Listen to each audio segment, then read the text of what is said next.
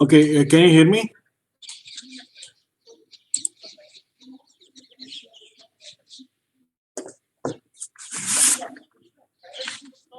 Yeah, thank you, Shiva.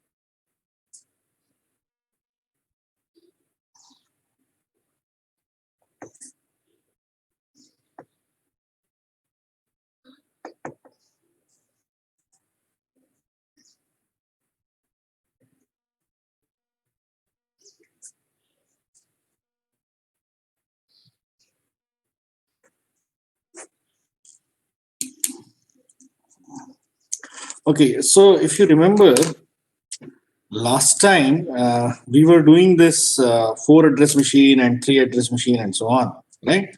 And we said that that was also a way to classify machines, right? And I think I had stopped at a zero address machine. So the question is why we were doing all this. So you will appreciate that this was how actually design went ahead.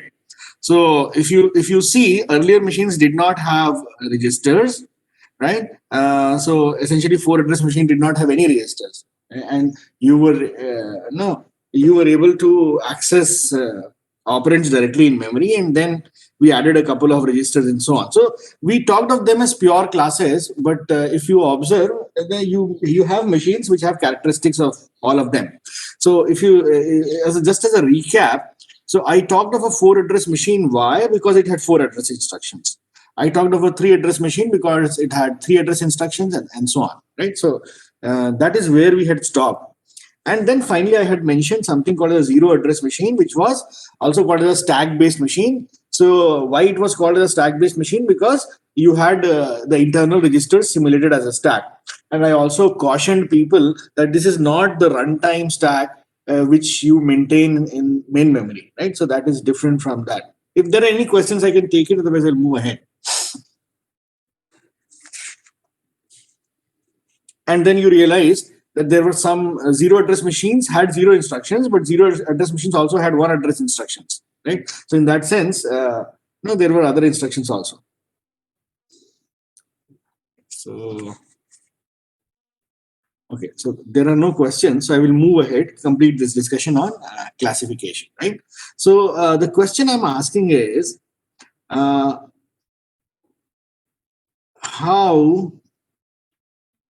to generate code to evaluate an expression on various machines.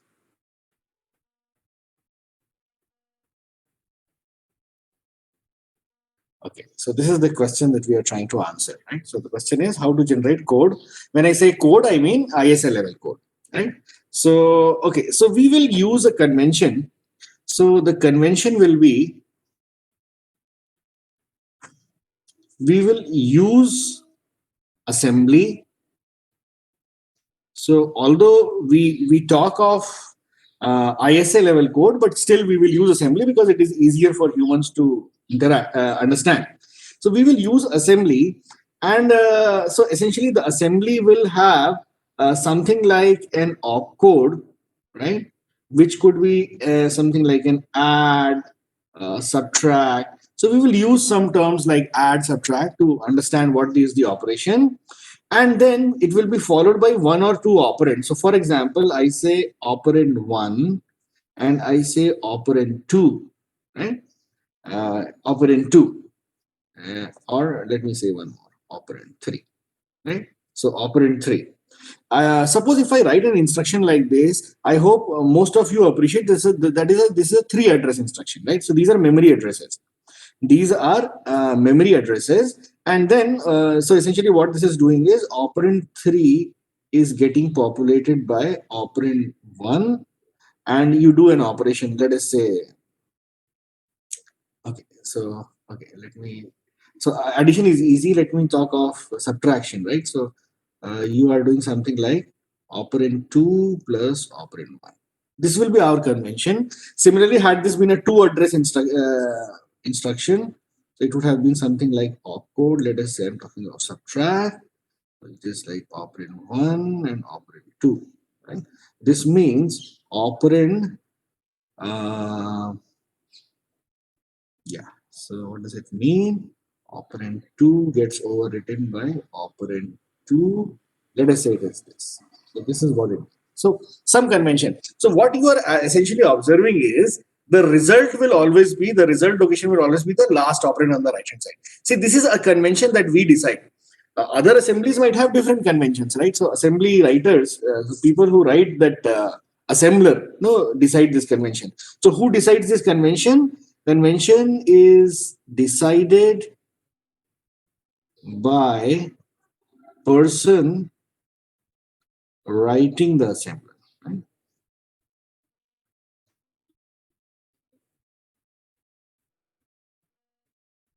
So here we decide. Here we decide. Why are we deciding it? Because we want everybody to be on the same level, right? Because we want everybody to be on the same level. So we don't want people getting confused and so on. So with this, let me talk of a concrete example, right? So, okay, so the example is this. Suppose you want to evaluate an expression, right? Evaluate an expression. Let us say A equals B plus C into T minus E, right? So this is a high level expression, right? So you can think of this as an expression on in the C language, right? Wherein you understand that A, B, C, D, and E are memory locations. So they are variables. So they represent somewhere in memory. So right. So these, none of these are registers, mind you, right? What do I want to do? I want to figure out or see how the code will be generated. And when I say code, I want to generate minimal code, right? I want to generate minimal code on a machine, and I will assume suitable opcodes, right? Like, right? I will assume things like add, multiply, divide, load, store, and so on. Right? So I will assume all that. Right? So I assume that there are instructions available which have opcodes like this, and then you can put operands and then kind of do it, right? So what do I want to do? I want to figure out how you can generate this sequence on a 3 address machine, right? Let us say, so what is my assumption?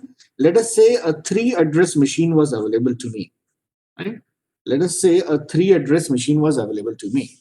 How would I generate code which can evaluate this expression, right? Can somebody help me with this, right? So maybe if you want, I can help you with the first one, right? So I can say something like this. I can say add B, C, A. So I write an instruction like this. So what does this instruction mean? This instruction means that you should take a memory location which stores C, and then you add it to another location which stores B, and you put it in a third location which is pointed to by the address of this, right? So essentially, the whatever are the contents of B and C, they are now in A, right? So A contains this location contains the sum of the contents of location B and C. Right? This is what it means. Can somebody tell me what should I do further to evaluate this expression? Anybody who can put in the chat? So what is my intention? My intention is also to see how you can do it on a 2-address machine. I also want to figure out how you can do it on a 1-address machine. Right? And I also want to figure out how you can do it on a 0-address machine. So this will give you an idea of what are the kind of codes which are generated on these machines, right? And we will assume, okay, so somebody says, okay, so Pulkit, I would want to, okay, so Akansha Yaswal. So, okay, Pulkit says multiply D comma A. Well, I would like to caution that this is a 3-address machine. So I want 3 addresses in the instruction. So I just don't want 2, right? So can you modify your answer, Pulkit? And similarly, Vishaka and Akanksha, can you modify? Okay, so Apari Shanti says multiply ADA. Yeah, so I take that, right? So we will generally use this, right? So we can use an MUL, and he say, what does he say? ADA. So what does it mean? You take A and D, multiply, and store the result in A, right? So that is fine. And then what do you want to do? Can somebody tell me what is the next instruction?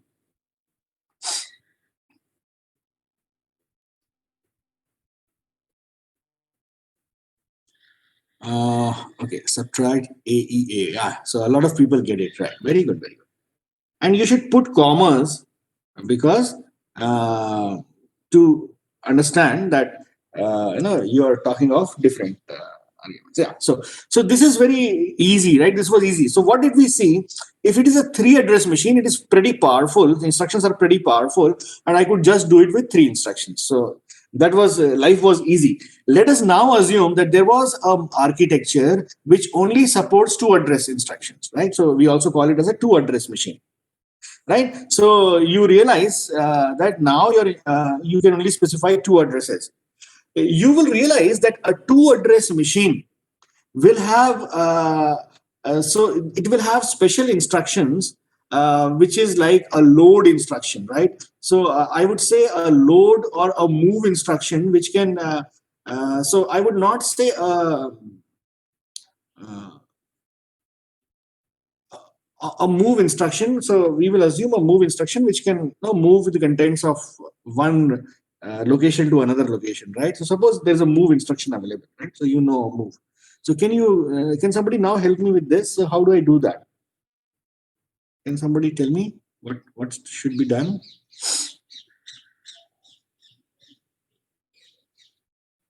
Let us say, so what I'm the hint is, so hint is assume a move instruction is available. Right? So can somebody help me with that? So, okay, so what does Vishakha say? Let me just increase this chat because I see a lot of answers now. Yeah. Yeah. So somebody says move B comma A. So, okay. So what Vishakha is saying is that now the contents of A will be the same as B, right? So move B comma A. Yeah. So, and then what do? You multiply B comma C. Yeah. So, okay. Should we multiply B comma C, Pulkit? You have to see. Yes. Okay, let me try doing it. So somebody says move B comma A, right? So what does it do? So now A contains B, right? And so A contains B. So the contents of B are copied to A, right? And then you can add C to it. So you can say add, right? You can see say add C to A, right? So C is added to A and the contents are pushed to A. So now A contains B plus C, right? And then you can say multiply. So you can say uh, D comma A, right? So multiply D comma A. So D is multiplied with A and the result is, so now A contains B plus C into D. And then I can say subtract, right? I can say subtract uh,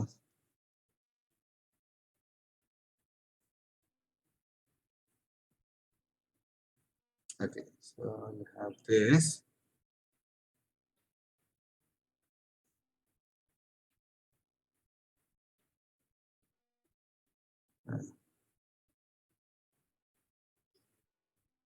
Yeah. Is that fine? Is that fine? Is everybody understands this? Yeah. So this is easy, right? This was easy.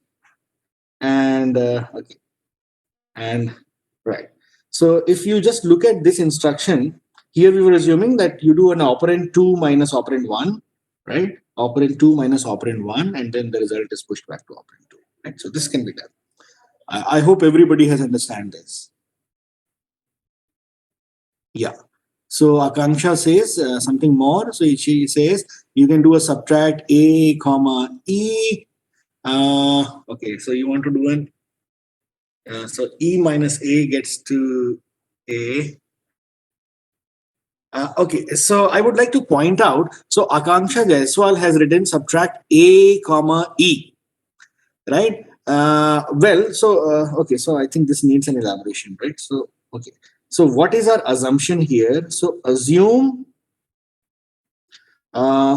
you do operand 2 minus operand 1, right? And this gets stores in operand 2, right? So this is what it is, right? So assuming this, right? So I think Akanksha, can you rectify your this thing answer?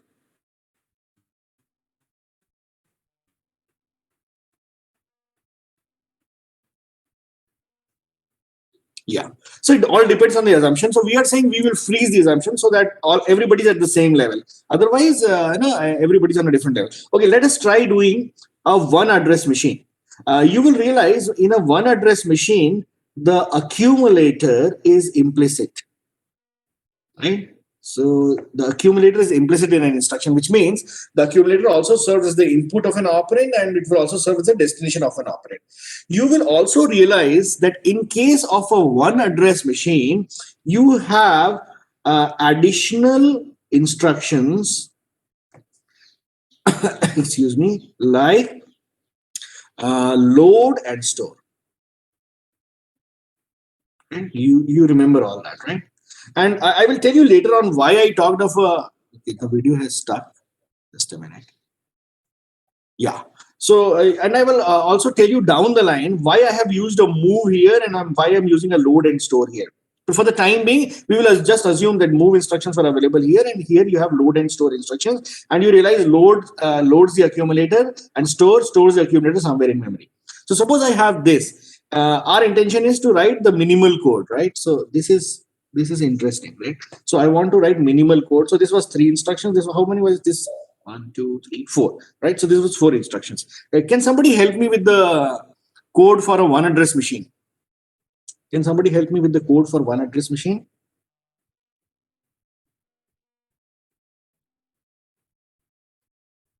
What you can do is you can write on a single line, you separate the instructions by semicolons. So you can say instruction 1, semicolon, instruction 2, semicolon, instruction 3. That also you can do.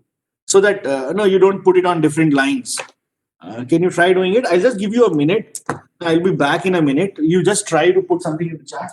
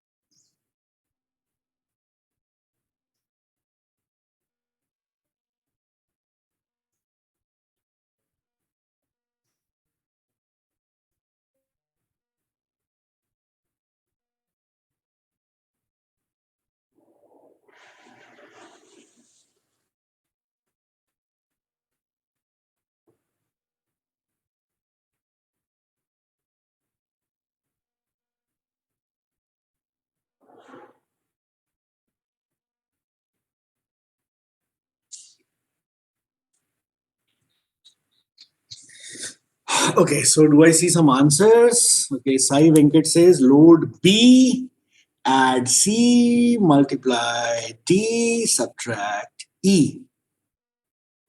Okay. Mihir says load B, add C, multiply D, subtract E, store A.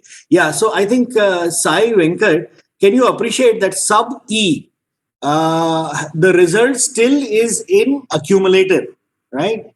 Once you do a sub E, the result is still in the accumulator. Do you appreciate that, Sai Venkat?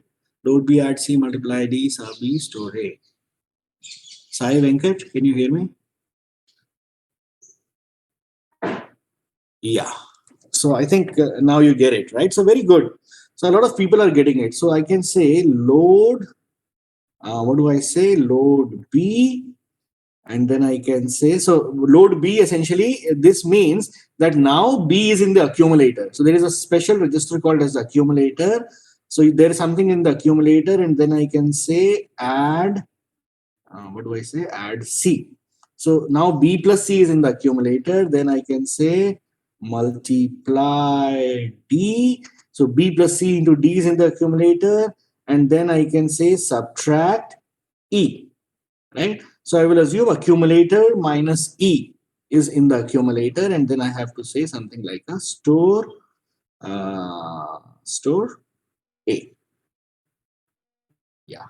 Very good, very good. So, what is it that we are doing here? We are assuming hypothetical machines. So, we are assuming, suppose I had a three address machine, how could I evaluate this expression?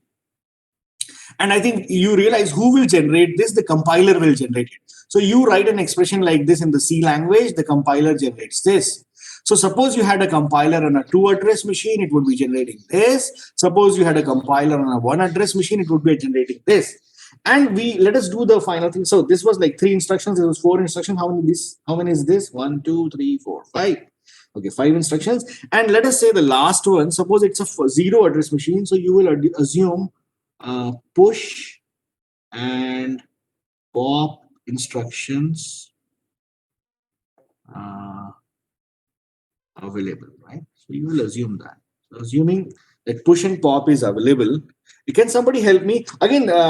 You need to write that in the chat, and you will realize it will not be necessarily uh, a unique way of doing it. There are many ways to do it. So let me give you a hint.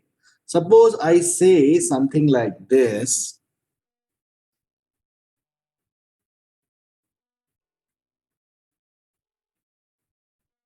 Okay, let me give you one more thing.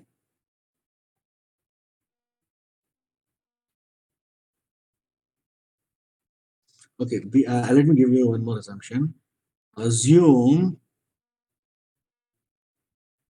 a sub does this. So the top of the stack is like something like this,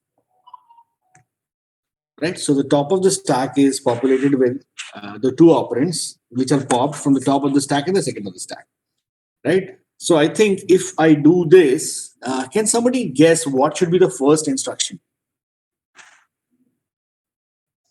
Anybody who can guess what should be the first instruction? I just want the first instruction. Yeah, very good, very good. So Akshay, now why Mihir you should push B as the first one?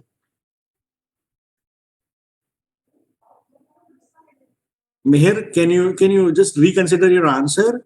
So I think you will realize that one of the last operations will be a subtract operation, right? And when you do a subtract, you really want E to be on the second place. Can you appreciate that, Mihir Bapat?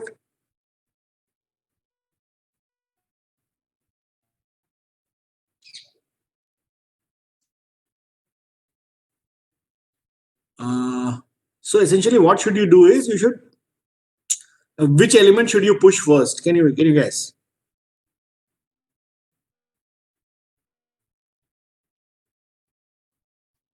So should it be push B or push E? Yeah, E first. Yeah. So somebody gets it. A lot of people are getting it. So push E should be first. And then can somebody complete this for me? Let me help you there. Right? Again, there are many ways of doing it. This is just one way of doing it. So I can say push D, push C, and then I can say push B. Suppose I do this. Suppose I do that. Right? Can somebody tell me what should be the other instructions?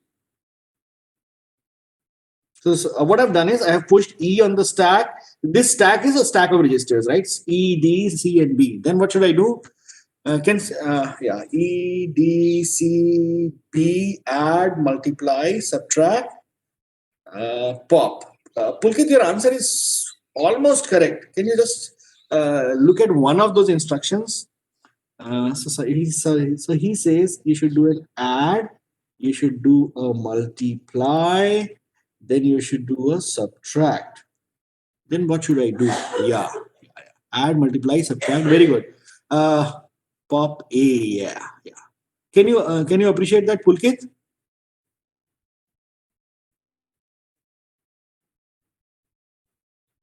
Pulkit Mathur.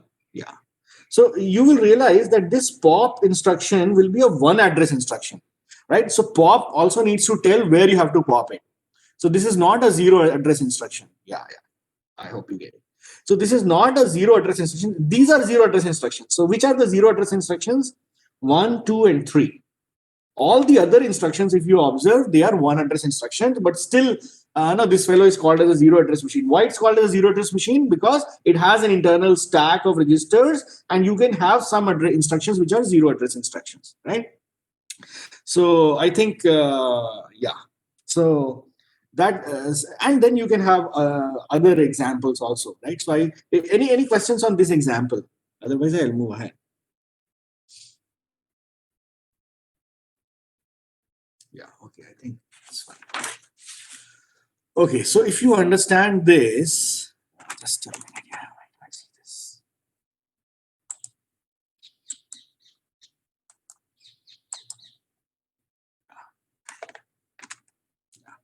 Okay, so if you understand this, I would also like to mention that there are something called as general register machines.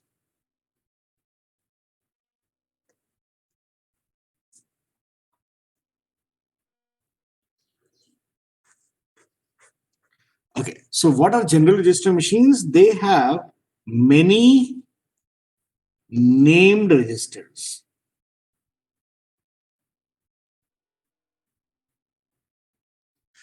Okay, so up till now, whenever we were looking at a machine, we did not have any registers in the machine which had names, right? Example could be R1, R2, and so on till some Rn, right? So you could be talking of R1, R2. There's a lot of light. Yeah. So, okay. So they have many registers named R1, R2, R and Rn. And the other thing is you can specify a register as a source or destination, excuse me, in an instruction. And again, I would like to point out our convention is, so, okay, our convention, any name starting with a capital R is a register. So this is our convention. So assembly convention that we will use for this class is that if I start anything with an R, so if I say RX or R55 or R25, it will always mean a register. Otherwise, it is a memory location.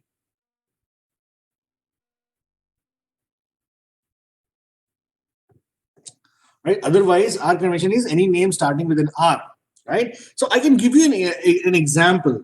So an example is I give you an instruction like ADD, okay, A comma R1, something like this, right? I give you an instruction like this. Suppose if I ask you, can you guess, is this a 2 address instruction or a 3 address instruction? What is your take?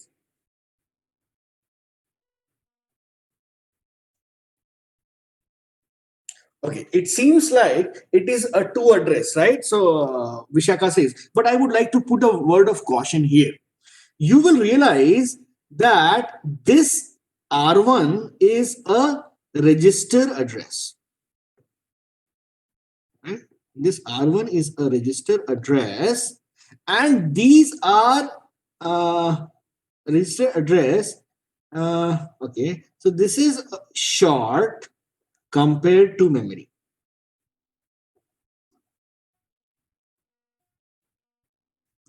Okay, how do I do this comparison? Suppose if it was a memory address. So this is A is a memory address, right? A is a memory address. A is a memory address.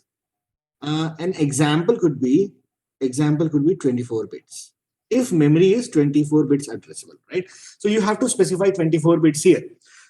This can be short. So example, this could be like some bits if total registers is say 32. Can you guess how many bits do I require to specify a register address if the total number of registers is 32? Can somebody guess? Can somebody guess? How many bits will I need to specify a register name? Yeah, so Pulkit gets it, right? I think others would also get it, right? So I need 5 bits to specify a register. Now you will realize that memory addresses are usually 24 or 64 or depending on the memory size. But this is usually small, right? Because the number of registers are small in an architecture, right? So, so I would like to, and this is the opcode, right? This is the opcode. This is the opcode. Right? Opcode means what operation needs to be done.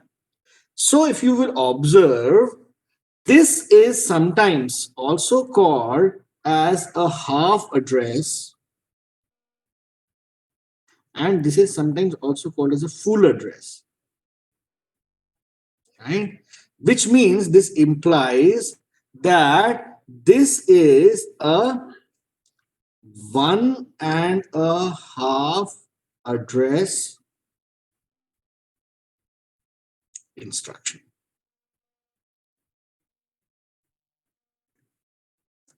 Right? So this implies this is a 1.5 address instruction. So where are we?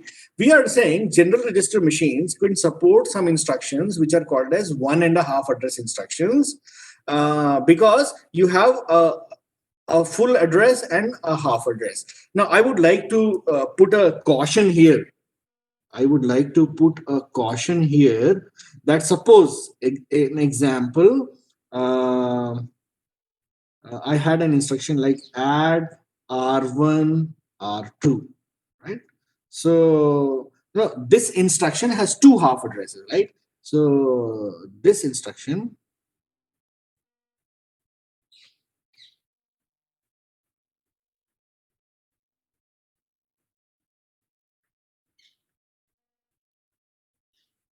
so please don't add half and half and say this is a 1 address instruction. I hope it is clear to everybody, right? So please do not say this as a 1 address instruction, right? This is not a 1 address instruction.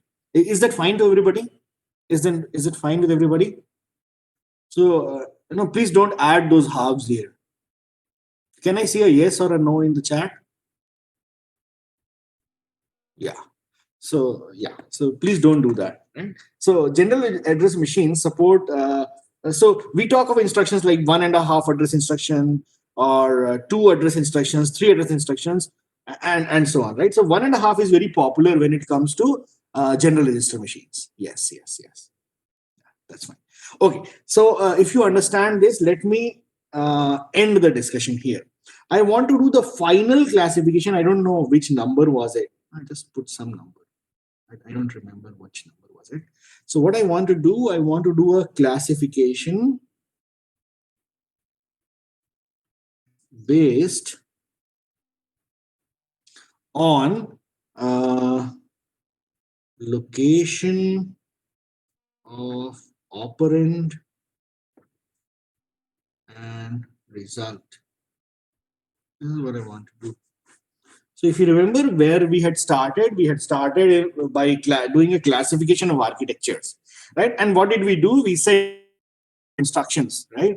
You can be talking of architectures as 4-address architectures or 3-address machines and so on. And now I want to talk of the final classification, which is classification of a machine based on where you find its operands and where the result is stored, right? Okay, so this is also a very interesting one. So the first kind of machines that you have are what are called as load store machines, right? Load store machines, or they are also called as, just a minute, register to register machines.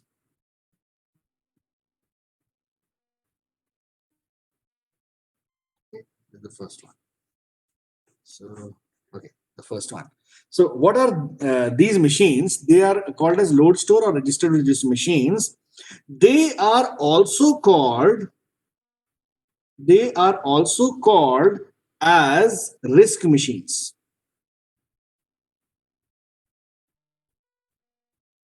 Right? So they are also called as RISC machines. RISC stands for Reduced Instruction Set Computer. Right? If you remember some discussion on RISC that we did. So what is so special about these machines? The first thing that is special is your memory access.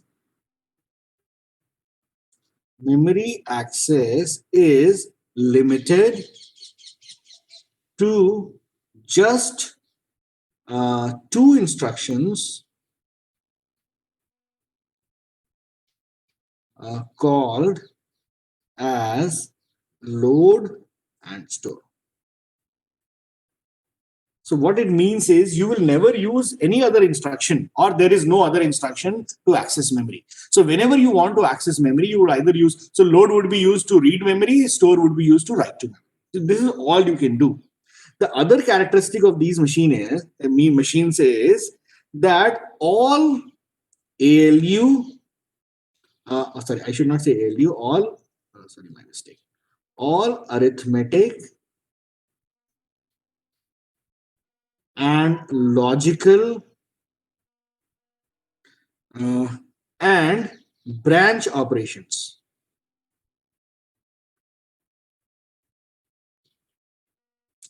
only perform on registers.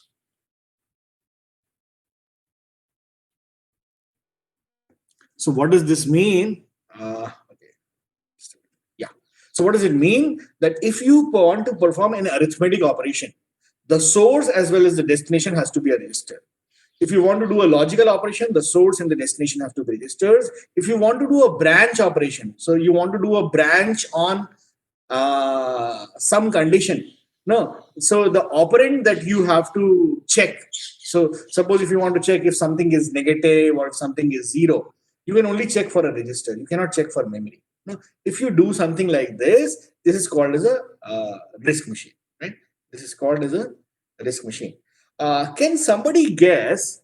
So suppose if I talk of this machine, can you guess whether it will be a 3-address machine or a 4-address machine or a 2-address machine, or what will it be? Can somebody guess?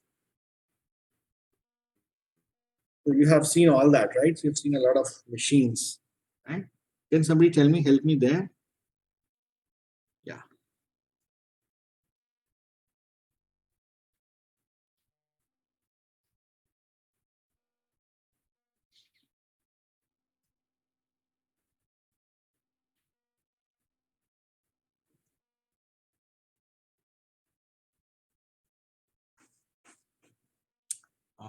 Okay, so Darsh says 1 address, Pulkit says 1 address. Okay, can it be a 1.5 address machine?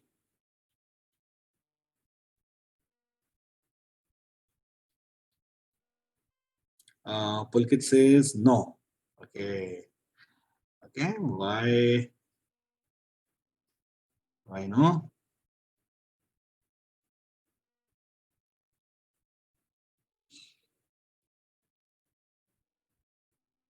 Okay. I would like to give you a hint. Suppose I have to move a location A to register R5. Can you guess how would I do that?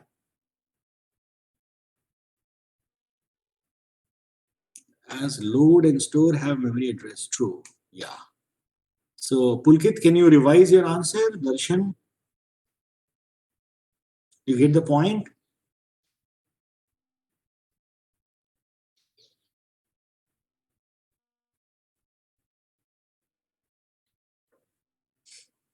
So I give you a hint. Suppose you have to move a location A to register R5. What do you do?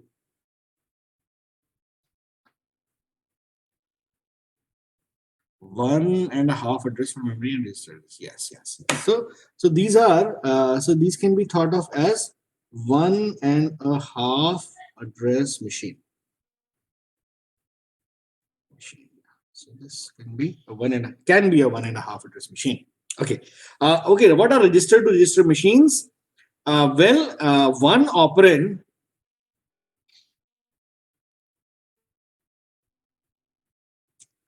operand can be in memory,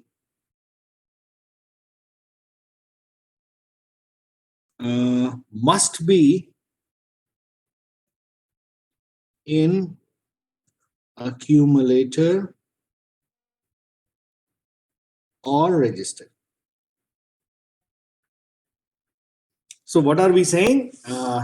Yeah. So what are we saying? That here the machine is slightly more powerful in the sense one of the operands can be in memory, the other must be in accumulator or register. Okay, can you guess which type of machine will it be? Two address, three address? Can somebody guess? Okay. Can it be a two address machine, Vishaka?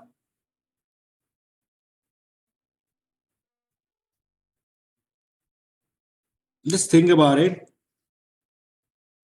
I would like to repeat what I said. So one of the operands can be in memory, both the operands cannot be in memory, right? The other operand has to be in a register or accumulator.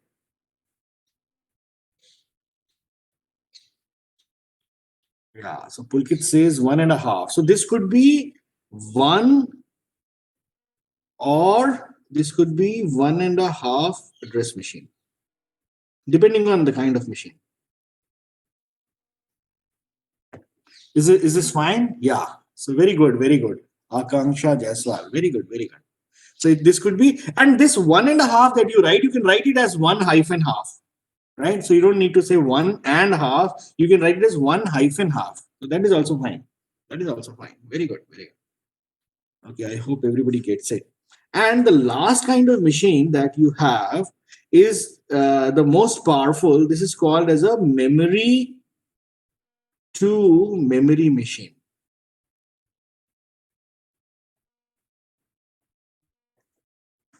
Okay. So the last kind of machine is most powerful. This allows both operands as well as result to be in memory. Yeah. So, okay, let me write it here. See if we can appreciate. Yeah. Yeah. So the last kind of machine is called as how one. Vishaka says how one. Okay. So to answer that, Vishaka, you should think of an example, right? So you can think of an example.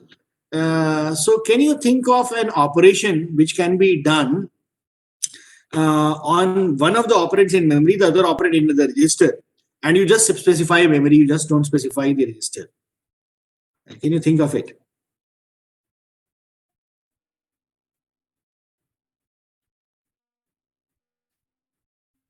Yeah, yeah, yeah. So that's fine. That's fine. Yeah.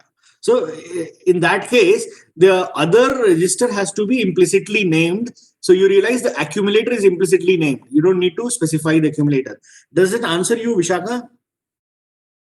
Does it answer your query? Yeah, that's fine. Okay, so the last one, suppose I say a memory to memory machine. So you will realize this was, yeah. So this was pretty restrictive. This was slightly more powerful, and this is fairly powerful, right? So this is the most powerful machine, which allows you both operands as well as the result to be in memory. Can somebody tell me which kind of machine will this be? Can somebody tell me which kind of machine this will be? Pulkit says 3 address. Akanksha says 2 address. So somebody wants to, okay, Vishaka says 3 address. So somebody wants to give a better answer.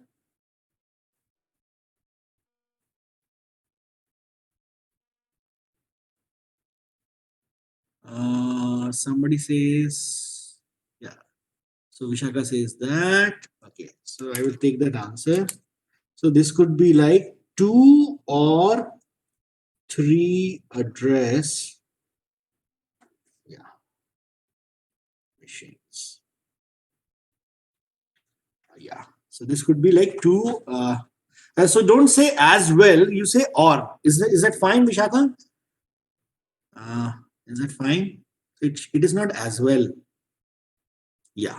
And regarding this Gaurav, so Gaurav says 2.5. I would like to point out to Gaurav that maybe you can come up with an instruction which is a 2.5 address instruction, right? But the most popular classes that we talk of are 1, 2, and 3, and 4, and 1.5, right? So maybe you just try to classify into one of them. So I think with this I will stop this discussion that I have. Let me see how much time we have. Okay. I think we are out of time. Okay, I think I'll stop. So I wanted to talk about memory, but I think we are going very slow, right? Yeah, so maybe I will talk of in the next class. So can I stop? If there are any questions, I will take it. Otherwise, I will stop. Any questions related? So if you have any questions related to instruction encoding, how an instruction is stored, what's a 2 address machine, a 3 address machine, and so on, I can take it. Otherwise, I will stop. Just for your information, the initial discussion that in the class that we had was from maybe the first lecture and so on was from Tannenbaum. Then if you look at performance parameters, if you look at, yeah. So from last lecture, what's a zero address machine? You want to know what's a zero address machine? What is the question, Vishaka? You can unmute and say. What is the question you want to ask?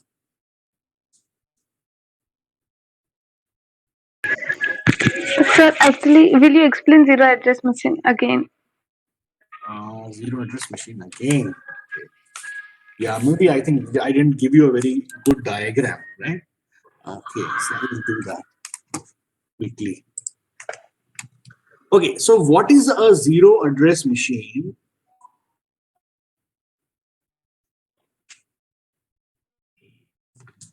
You have CPU registers arranged in the form of a stack.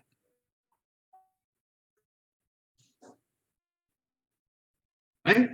What is the other thing that you have? So an operation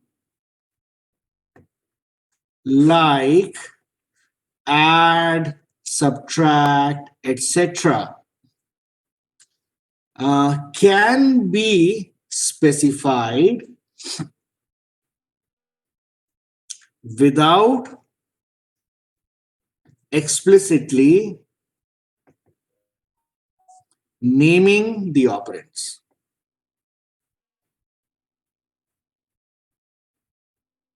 Okay. So yeah. So if you remember, you had memory, right? You had memory, and we said you have a CPU, right? You remember if we had memory, we had a CPU, and you had a program counter which was pointing to the next instruction somewhere in memory. So you remember all that, right? Now what we are saying is you have registers. So you have register 1, register 2, register 3, and so on.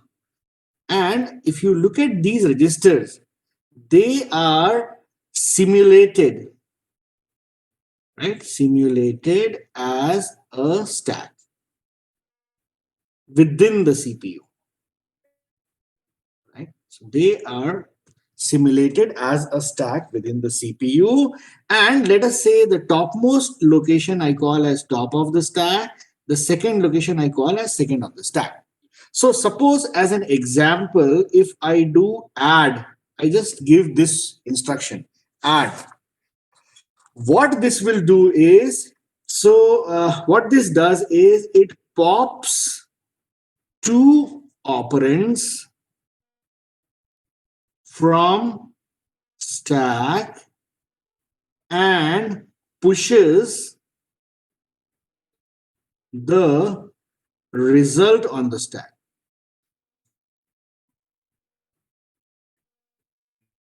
So this would be something like the top of the stack would contain the top of the stack plus the second of the stack. Does it answer your question? Yes, sir. And then you will realize that you will need some special instructions to load the stack also. So plus additional instructions to manipulate stack. And what are those instructions? So these instructions would be pop, right?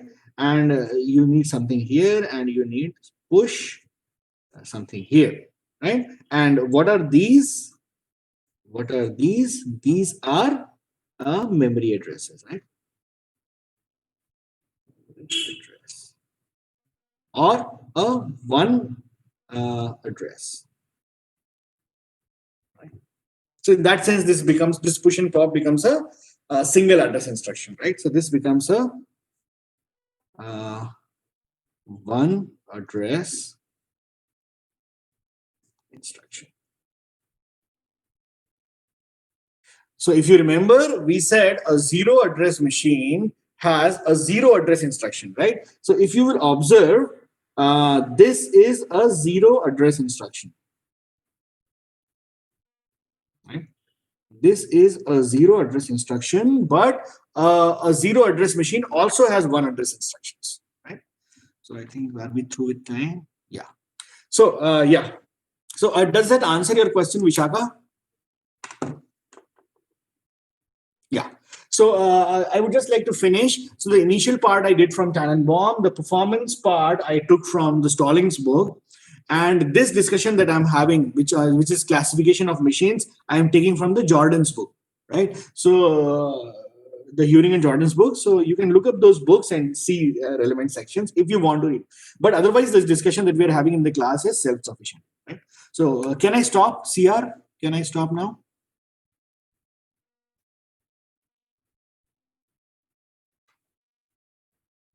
Yeah, thank you, Shiva. Thank you.